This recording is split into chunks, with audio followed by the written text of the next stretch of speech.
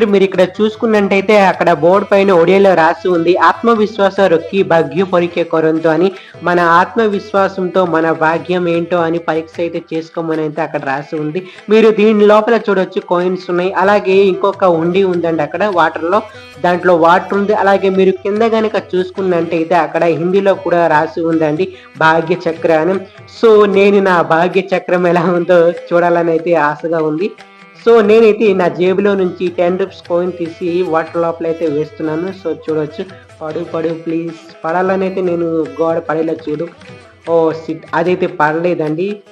నాకైతే ఇప్పుడు వేర్లకి దీనికి ఆశ్చర్యపడాల్సిన అవసరం లేదు. సో ఫైనల్గా నేనైతే హుండీలో 50 రూపీస్ అయితే వేసేసానండి. సో మళ్ళీ ఇంకొకసారి దయముడిని ప్రణామం చేశానండి.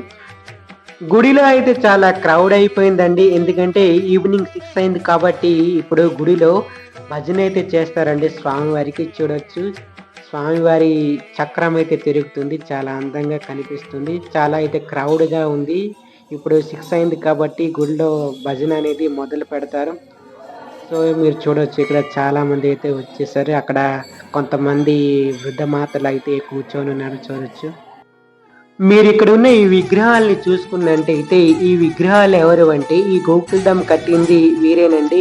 ఈ ఇద్దరు భార్య భర్తలే ఈ గోకుల్ధామ్ అనేది కట్టారండి. మీరు అక్కడ పైన చూసుకున్నట్టయితే అక్కడ మీరు ఇక్కడ కనుక చూసుకున్నట్టయితే ఇక్కడ నేమ్ ప్లేట్ లో రాసింది చూడండి. This Gokuldham is dedicated by the inspiration and honest intention of late Padmavati Raut and late husband Shivram Raut అని ఉందండి.